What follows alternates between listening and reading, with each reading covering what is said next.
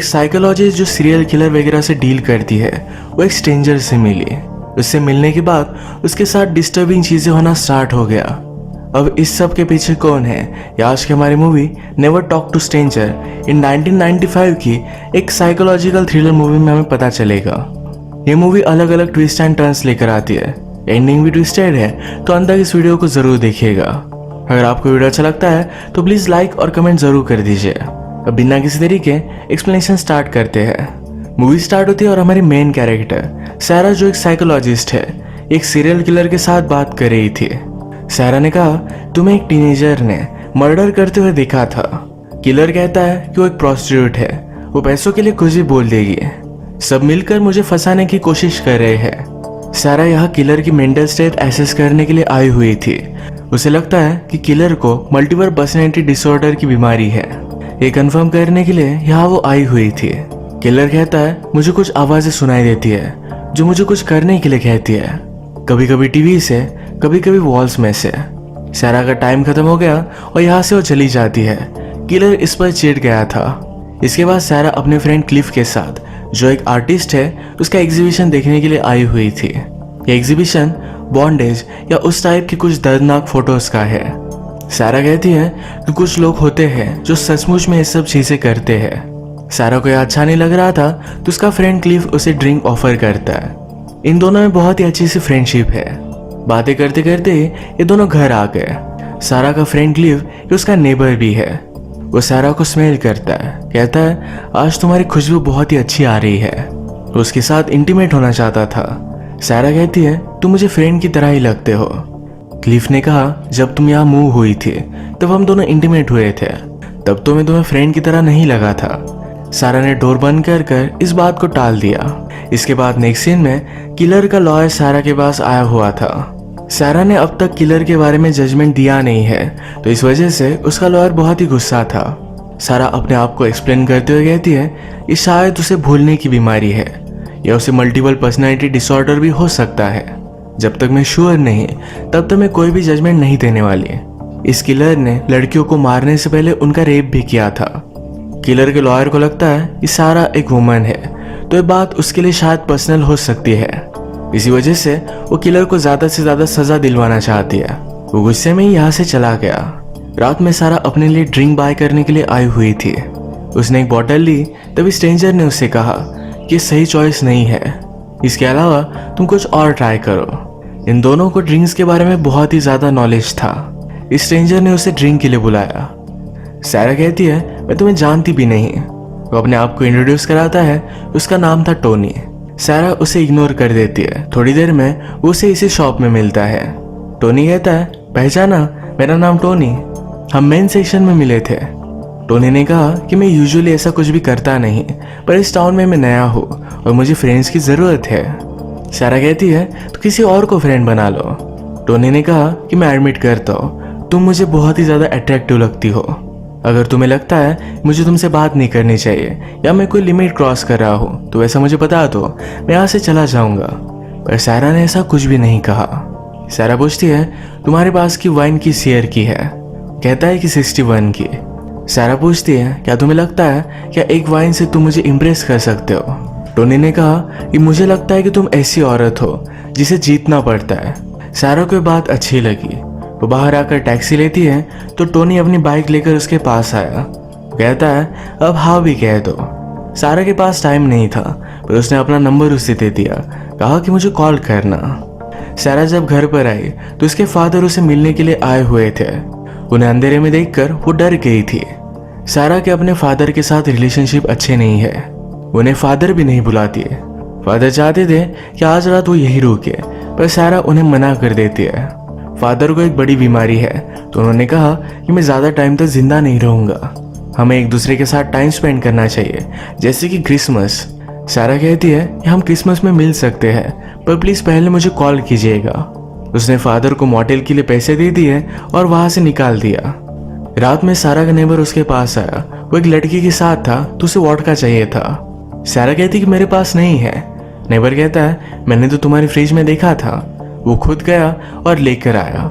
सारा इस बात से सरप्राइज थी। ये बहुत ही अच्छी डिटेल है जिसे आप याद रखिए। मूवी के लास्ट में सब कुछ क्लियर होगा। एग्जाम ऑनलाइन है तो उसमें भी आ सकता है। नेबर घर में ही था तभी सारा को टोनी का कॉल आया। उसे अपना पता देकर सारा को वहां बुलाया। सारा का नेबर इसके बारे में उससे पूछ रहा था। सारा फिर टोनी से मिलने के लिए उसकी पुरानी सी बिल्डिंग में पहुंची। टोनी ड्रिंक लेकर रेडी ही था। सारा ने कहा, तुम मेरे लिए बहुत ही बुरे हो। सब कुछ सही चल रहा था और नेक्स्ट सेकंड में मैं एक स्ट्रेंजर के साथ ड्रिंक कर रही हूँ। इसके बाद इन दोनों ने बहुत सारी बातें की। सारा अपने एक्स बॉयफ्रेंड के बारे में टोनी को बताती है।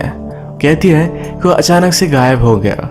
उसने कोई भी लेटर नहीं छोड़ा, कोई भी कांटेक्ट नहीं किया। वो अभी भी उस पर बहुत ही ज्यादा गुस्सा है। सारा के नेबर का मानना था कि अब 1 साल हो चुका है, उसे मूव ऑन करना चाहिए। अब यही करने की कोशिश वो टोनी के साथ कर रही है। सारा पूछती है, तुम करते क्या हो? वो कहता है कि मैं सिक्योरिटी कंसल्टेंट हूँ। सारा ने कहा, तुम्हारे साथ होते वक्त मुझे बहुत ही सेफ लगता है। आगे सारा अपने बचपन के बारे में बताती है।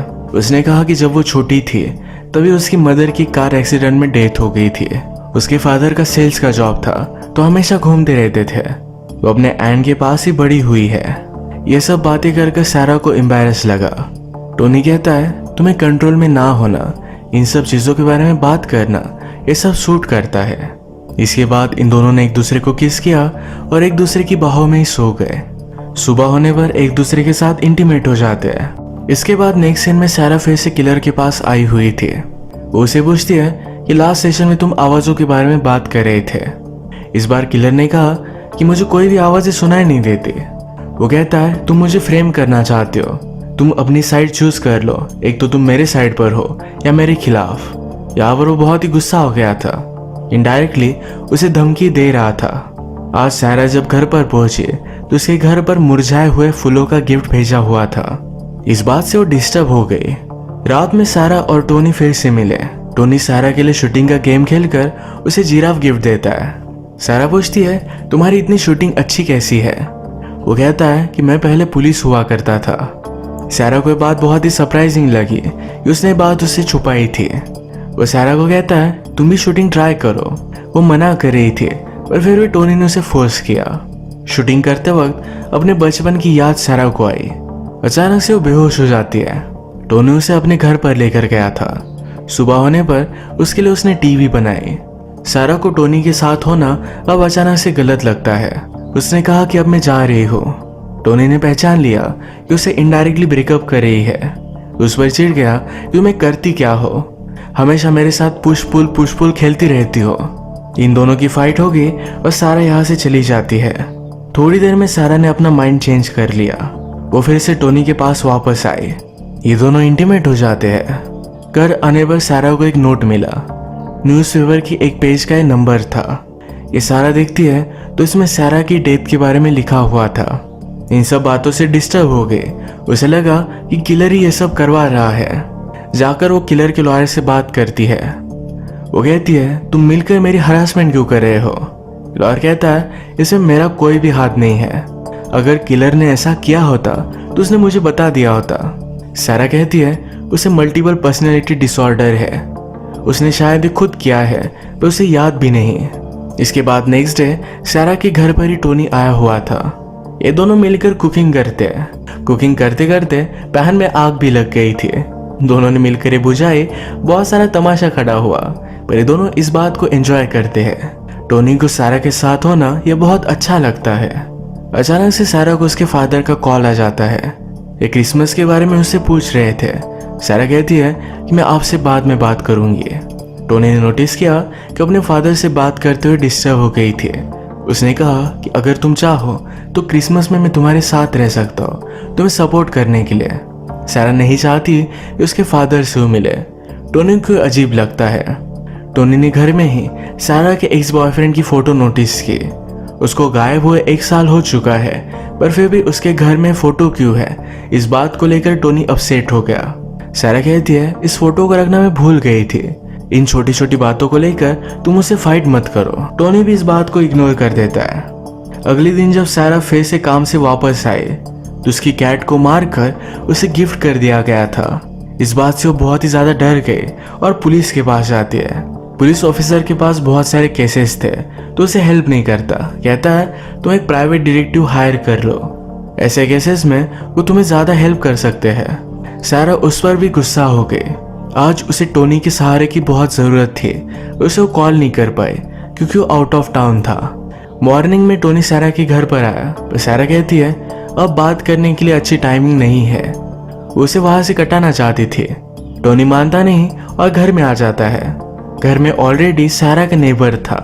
वो गुस्सा होकर पूछता है कि ये क्या यहाँ कर रहा है। सारा ने कल रात के बारे में उसे सब कुछ बताया। वो कहती है कि एज अ फ्रेंड मेरे पास आया हुआ था। टोनी गुस्सा होकर नेबर को वहां से निकाल देता है। सारा टोनी पर अब भी ट्रस्ट नहीं करती। उसे लगता है कि क्या टोनी ने उसे भेजी। उसे फूलों के बारे में भी वही लग रहा था। टोनी ने बात पहचान ली, उसे कन्फ्रंट करता है। सारा उसके बारे में ऐसा सोचती है तो उसे बहुत ही बुरा लगा। कहता है शायद तुम मुझ पर ट्रस्ट कर पाती है। हर्ट होकर वहां से वो चला गया। नेक्स्ट सीन में हम देखते हैं सारा ने प्राइवेट इन्वेस्टिगेटर हायर कर लिया है। वो इसकी हेल्प से टोनी पर नजर रखेगी। जब नेक्स्ट टाइम वो टोनी के साथ डेट पर आई हुई थी, इस बार वो प्रॉपर शूटिंग के लिए चलते हैं। टोनी कहता है तुम तो गन से बहुत ही डरा करती थी। सारा ने कहा कि अब नहीं डरूंगी। सारा चाहती तो है कि वो टोनी पर ट्रस्ट कर पाए तो उससे पूछती है मैं कैसे सीख सकती हूँ। टोनी कहता है कि अब मैं बिना किसी डर के नीचे गिरूंगा। मैंने अगर सचमुच में ऐसा किया इसका मतलब है मैं तुम पर ट्रस्ट करता हूँ, टिकटॉकर्स की तरह। सारा को भी ये करने के लिए कहता है। सारा भी उस पर पूरा ट्रस्ट कर कर नीचे गिर गई और टोनी ने उसे बचा लिया, टिकटॉकर्स की तरह। आज इन्होंने अपना दिन बहुत ही अच्छे से स्पेंड किया था। खुश थे तो रात में इंटीमेट हो जाते हैं। अब टोनी फिर से अपने कुछ काम के लिए आउट ऑफ टाउन जा रहा था तो सारा का डिटेक्टिव उस पर नजर रखता है। उसने कहा कि मैं किसी अलग टाउन जा रहा हूँ पर वो एल्बनी गया, सारा का टाउन। ये सब बातें डिटेक्टिव उसे बता देता है। वहां जाने पर टोनी एक औरत और उसकी बच्ची से मिला। डिटेक्टिव सारा से कहता है शायद टोनी मैरिड है। इस बात से सारा बहुत ही ज्यादा हर्ट हो गई। नेक्स्ट सीन में हम देखते हैं सारा के घर में कोई इलीगली घुस गया था। ये उसका नेबर नोटिस करता है और उसके पीछे वो भागा। जो भी आदमी था उसने नेबर को बहुत ही ज्यादा इंजोर कर दिया। सारा को अभी अभी टोनी के बारे में पता चला है तो उसके घर पर वो पहुंचती है। घर पर पहुंचने के बाद उसकी सारी चीजें उसने चेक की जिसमें उस पर एक फाइल उसे मिली। इस फाइल में सारा के बारे में सब कुछ रिकॉर्ड्स थे। वो किस हाई स्कूल में गई थी, उसकी मदर के साथ क्या हुआ था, ये सब कुछ यहाँ दिया गया है। सारा को फिर से फ्लैशबैक में याद आता है उसकी मदर की डेथ सीढ़ियों से नीचे गिरकर हुई थी। वो इस बात से डिस्टर्ब हो गई। थोड़ी देर में टोनी यहाँ पहुंच गया। सारा कहती है मुझे अचानक से काम याद आया। वहां से वो चली जाती है। सारा जब घर पर आई तो उसके वॉल्स पर लिखा था तुम मर जाओ। इस बात से वो और भी ज्यादा डिस्टर्ब हो गई। जरा रिलैक्स होने के लिए वो बात ले रही थी। यहाँ हम देखते हैं उसके हीटर के स्क्रूज निकल गए थे। ये कभी भी नीचे गिर सकता था। सारा बाथटब से निकली उसके बाद ही नीचे गिर गया। अगर पहले गिरता तो सारा की डेथ हो जाती। इसके बाद सारा ने पुलिस को कॉल किया। पुलिस ने उसके नेबर के साथ भी जो हुआ ये सब उसे बता दिया। पुलिस कहती कि एक सीरियस क्राइम है, कोई तुम्हें मारने की कोशिश कर रहा था। सारा कहती है कि आपको जाकर टोनी से बात करनी चाहिए। वो जब घर पर आई तो टोनी ऑलरेडी उसके घर पर था। वो भागकर पुलिस को कॉल करना चाहती थी पर टोनी उसे रोक लेता है। टोनी ने कहा मुझे तुमसे बात करनी है। वो उस पर ट्रस्ट नहीं करती तो उसके साथ ब्रेकअप कर लेता है। सारा कहती है प्लीज मुझे मारो मत। वो डर गई थी। वो अपने पर्स के पास गई। टोनी को लगा कि वो गन निकाल रही है तो टोनी ने अपनी गन भी निकाल ली। सारा और भी ज्यादा डर गई। वो उससे पूछती है न्यूयॉर्क में तुम्हारे साथ कौन थी।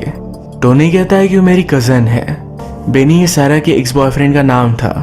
एक्चुअली सारा के एक्स बॉयफ्रेंड ने टोनी को हायर किया था पता करने के लिए कि उसके ब्रदर को हुआ क्या। टोनी कहता है मुझे सच सच बताओ उसके साथ हुआ क्या था। सारा कहती है हम दोनों के बीच जो भी था यह सब झूठ था। टोनी कहता है कि बिल्कुल भी नहीं, मैं तुमसे बहुत प्यार करता हूँ। सारा कुछ भी बात पर बिलीव नहीं करती। उसे लगता है कि उसके साथ जो भी हो रहा था इसके पीछे टोनी ही था। टोनी कहता है चलो मैं तुम्हें कुछ दिखाता हूँ। उसने सारा पे नजर रखने के लिए हर जगह पर कैमरे लगाए हुए थे।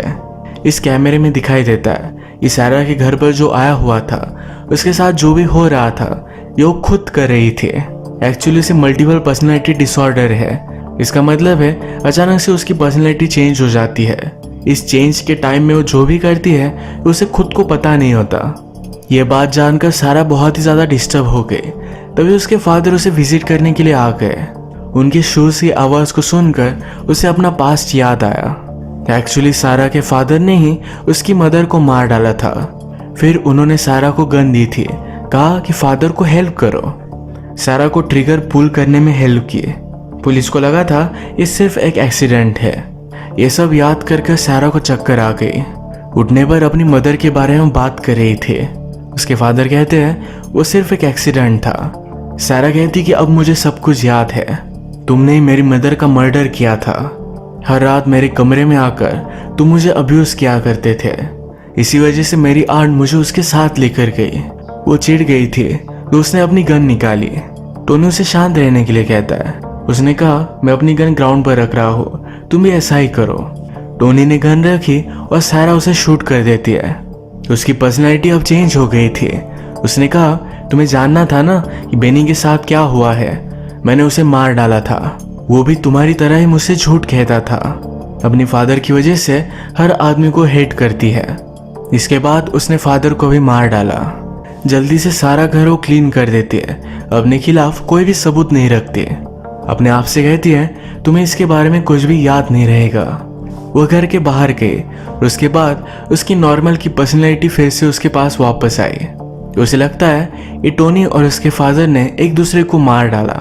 यही बात वो पुलिस से भी कहती है। पुलिस को यह सब सच लगा और उसे छोड़ देते हैं। इसके बाद नेक्स्ट सीन में सारा मल्टीपल पर्सनैलिटी पर एक लेक्चर दे रही थी। वो कहती कि जब भी बचपन में बहुत बड़ा ट्रामा हो गया हो, इस बात को छोटे बच्चे हैंडल नहीं कर पाते।